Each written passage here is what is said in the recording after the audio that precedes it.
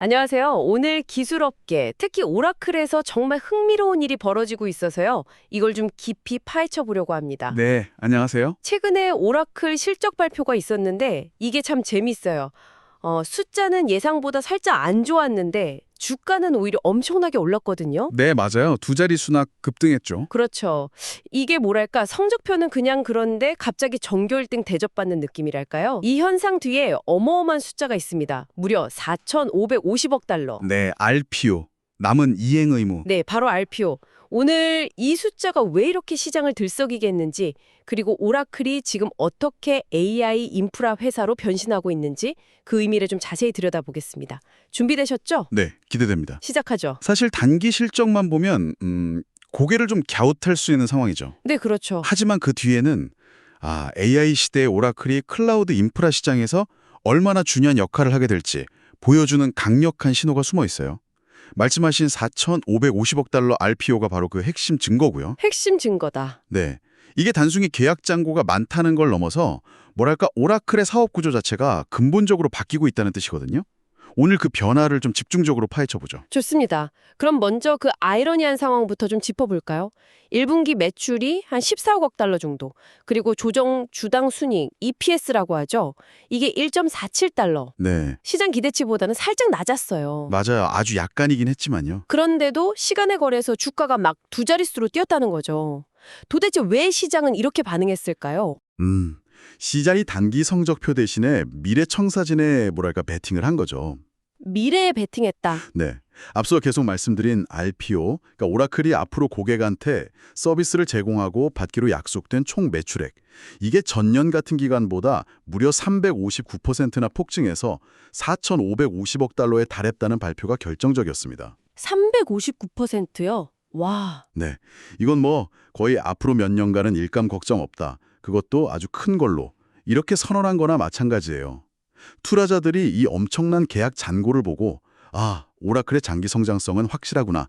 이런 확신을 얻은 거죠. 그러니까 단기적인 이익 숫자보다는 미래 가치를 훨씬 높게 본 겁니다. 4,550억 달러. 와, 정말 입이 떡 벌어지는 규모네요. 이게 감이 잘 안 오는데 우리나라 1년 예산하고 거의 비슷한 수준 아닌가요? 네, 정말 어마어마한 규모죠. 도대체 어떤 계약들이 있었길래 이렇게 숫자가 커진 겁니까? 이게 또 놀라운 게 그 속도와 규모인데요.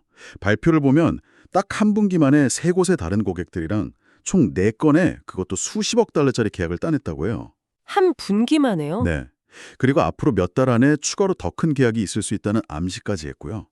주요 고객들 보면 뭐 오픈 AI, xAI, 메타, 엔비디아, AMD 들어보면 다 아는 AI 생태계의 핵심 기업들이에요. 아, 정말 빅테크들이 다 몰려갔네요. 그렇죠. 이 회사들이 AI 모델 학습시키고 또 운영하려면 고성능 컴퓨팅 인프라가 대규모로 그리고 오랫동안 필요하거든요. 이걸 오라클에서 확보하려는 수요가 지금 폭발하고 있다는 증거죠. 심지어 어떤 고객은 오라클 클라우드 용량을 그냥 통째로 전부 다 즉시 빌리겠다고 했다면서요. 이건 뭐 네, 그런 얘기까지 나왔죠. 수요가 공급을 그냥 압도하는 수준이네요. 완전 AI 시대의 새로운 골드러시 현장 같은데요. 맞습니다. AI 기술 경쟁이 워낙 치열해지니까 모델 학습이랑 추론에 필요한 인프라 확보 전쟁이 벌어지고 있는 거예요. 특히 AI 연산에 꼭 필요한 고성능 칩, GPU 있잖아요. 네, GPU, 엔비디아. 네, 맞아요. 이 GPU 확보가 진짜 어려운데 이게 원래 게임 그래픽용이었지만 병렬 연산 능력이 워낙 뛰어나서 AI 계산에 딱이거든요. 그렇죠. 오라클은 바로 이 고성능 GPU 클러스터랑 이걸 받쳐줄 네트워킹, 스토리지, 그리고 엄청난 전력 인프라까지 다 묶어서 제공하니까 AI 기업들한테는 아주 매력적인 파트너가 되는 거죠. 이런 대형 장기 계약들이 RPO를 이렇게 극적으로 끌어올린 핵심 동력이고 또 계약의 질도 아주 높다고 평가받아요. 그렇군요. 이런 계약들이 계속 쌓이다 보면 오라클이라는 회사 자체의 어떤 성격, 체질도 바뀌는 거 아닌가 싶어요. 예전에는 오라클 하면 딱 떠오르는 게 그 강력한 데이터베이스 소프트웨어였잖아요. 정확합니다. 이제는 클라우드 사업, 그중에서도 특히 인프라 사업이 오라클의 심장이자 성장 엔진이 됐다고 봐야 합니다. 심장이요? 네, 분기 전체 클라우드 매출 증가율도 뭐 27%, 28%로 높았지만 진짜 주목해야 할 건 퍼블릭 클라우드 인프라 서비스, OCI라고 부르는 부분이에요. 오라클 클라우드 인프라스트럭처. OCI. 네, 이 OCI 사업 부문은 전년 대비 50%가 넘는 정말 폭발적인 성장세를 계속 이어가고 있어요. 50% 넘게요? 와. 네, 그래서 오라클도 올해 OCI 매출 성장률 전망치를 원래 70%로 잡았다가 최근에 77%까지 올려잡았거든요. 더 올렸군요. 이런 OCI 매출만으로도 연간 한 180억 달러 정도 될 수 있다는 계산이 나옵니다. 180억 달러. 와, OCI 사업 하나만으로도 웬만한 큰 기업 전체 매출이랑 맞먹겠는데요? 그럼 회사 전체에서 클라우드가 차지하는 비중은 얼마나 커진 건가요? 예전에는 오라클 전체 매출에서 클라우드 비중이 한 25% 정도였어요. 4분의 1 수준이었는데 이제는 거의 절반에 육박할 정도로 커졌습니다. 절반 가까이요? 네, 이건 그냥 사업 부문 하나가 커지는 걸 넘어서 오라클이라는 기업의 정체성 자체가 그 전통적인 라이센스 소프트웨어 팔던 회사에서 이제 AI 시대를 떠받치는 핵심 클라우드 인프라 기업으로 근본적으로 바뀌고 있다는 걸 의미해요. 이제 오라클의 성장은 클라우드가 이끈다. 이렇게 봐도 전략 과장이 아니죠.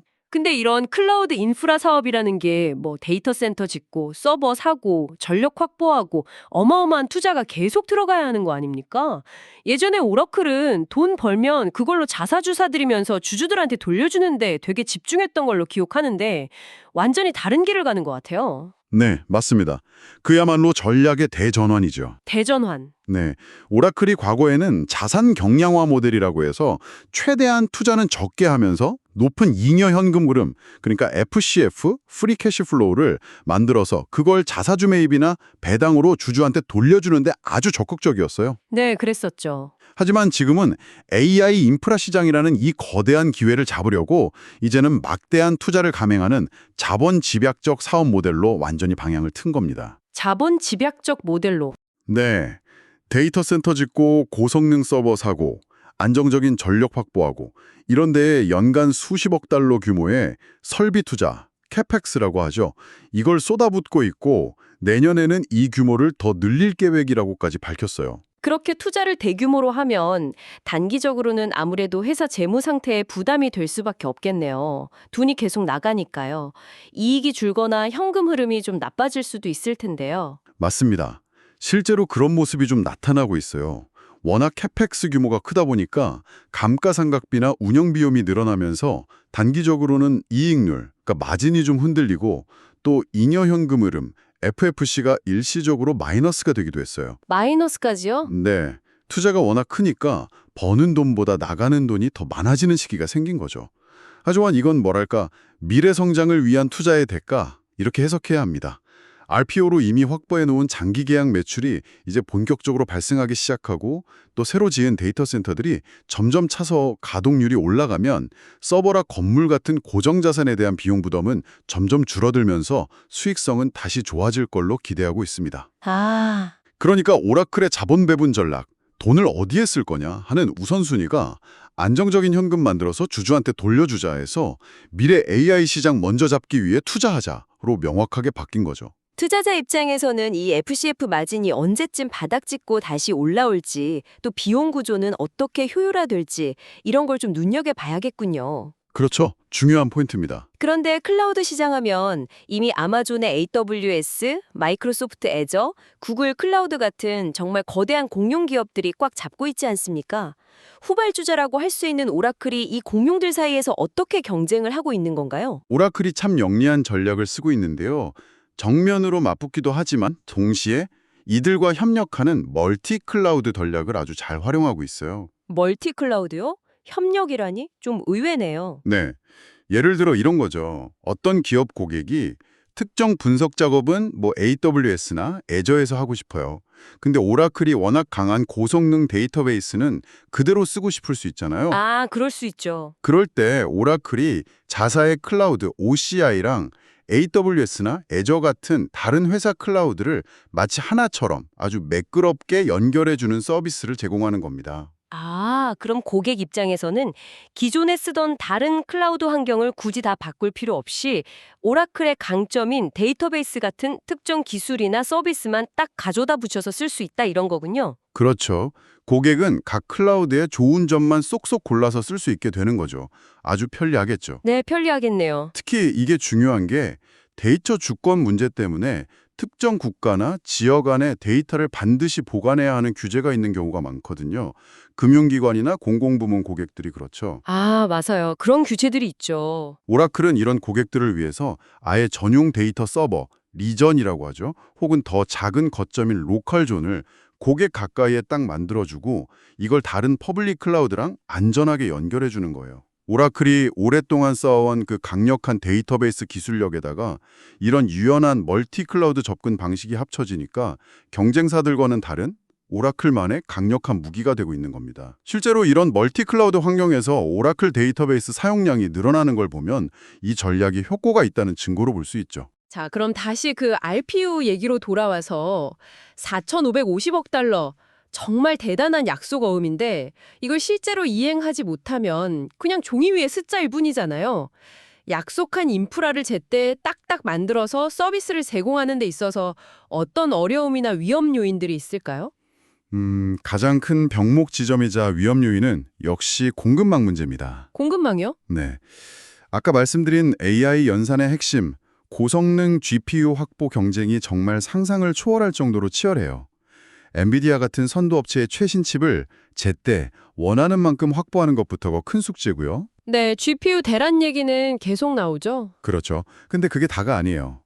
데이터 센터를 질 땅 확보하는 것, 또 상상 이상의 막대한 전력을 안정적으로 끌어오기 위한 전력망 구축, 서버에서 나오는 엄청난 열을 식히기 위한 고효율 냉각 시스템, 그리고 데이터 센터 안팎을 연결하는 초고속 네트워크 인프라 확충까지 이 모든 과정 하나하나에 엄청난 시간과 비용, 그리고 기술적인 난제들이 따라붙습니다. 그러니까 계약서에 도장은 찍었지만 실제로 고객이 쓸 수 있는 AI 공장을 짓고 거기에 기계를 들여놓고 전기를 연결해서 제대로 돌리는 그 과정 자체가 진짜 실력을 보여줘야 하는 부분이군요.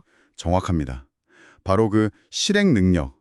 이 실행 능력이야말로 4,550억 달러라는 RPO를 실제 매출로 얼마나 빠르고 또 효율적으로 바꿔낼 수 있는지를 결정짓는 핵심 변수라고 할 수 있어요. 핵심 변수. 네, 필요한 부품 주문해서 뱉고 데이터 센터 짓고 서버 설치하고 전력 공급하고 모든 시스템 안정화시켜서 최종적으로 고객에게 서비스를 딱 제공하기까지의 이 전 과정을 얼마나 매끄럽게 관리하느냐, 여기에 성패가 달렸다고 해도 과언이 아닙니다. 만약 이 과정에서 예상치 못한 지연이 생기거나 뭔가 차질이 빚어진다면 그 장밋빛 RPO 성장세와 실제 실적 사이에 괴리가 벌어질 수 있겠죠. 이게 현재 오라클이 직면한 가장 큰 숙제이자 리스크라고 볼 수 있습니다. 그렇다면 앞으로 오라클의 이 거대한 전환 과정을 지켜보면서 저희나 또 이걸 듣고 계신 여러분들이 어떤 지표들에 좀 주목을 해야 할까요? 이 배가 잘 가고 있는지 아니면 혹시 어디 암초에 부딪힐 위험은 없는지 어떻게 알 수 있을까요? 몇 가지 핵심적인 관전 포인트를 짚어볼 수 있겠습니다. 첫째는 당연히 RPO 증가세가 계속 유지되는지 봐야 하고요.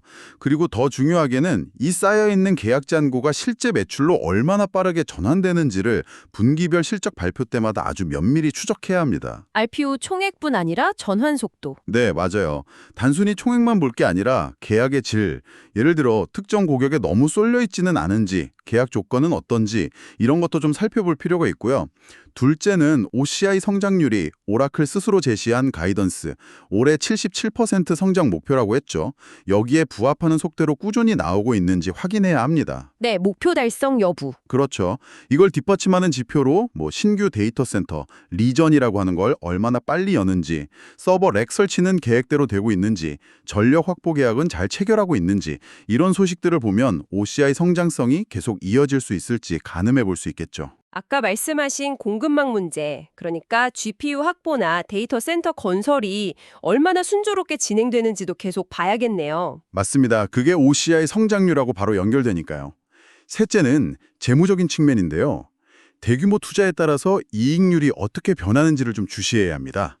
특히 단위 컴퓨팅 파워당 비용이라든지 네트워크 비용, 데이터 전송 비용 같은 좀 세부적인 비용 구조가 어떻게 변하는지, 그리고 데이터 센터의 서버 가동률이 얼마나 개선되면서 고정비 부담이 줄어드는지 이런 걸 보면 수익성이 언제쯤 본격적으로 회복될지 예측해 볼 수 있습니다. 비용 효율화 과정? 네. 추가적으로 혹시 서비스 장애 같은 건 없는지, 또 고객에게 약속한 서비스 품질 기준, SLA라고 하죠.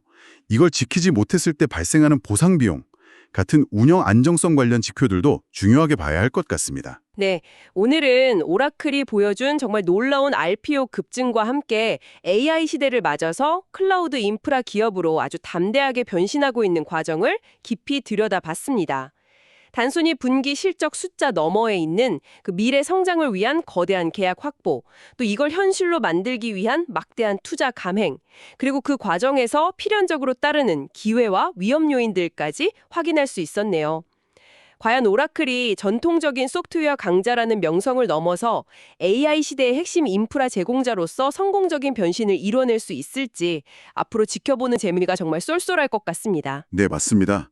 오라클의 사례는 AI라는 이 거대한 기술 혁명이 기존 테크 기업들의 전략이나 재무 구조, 심지어는 기업의 DNA까지 얼마나 근본적으로 바꾸고 있는지를 보여주는 아주 상징적인 예라고 생각합니다.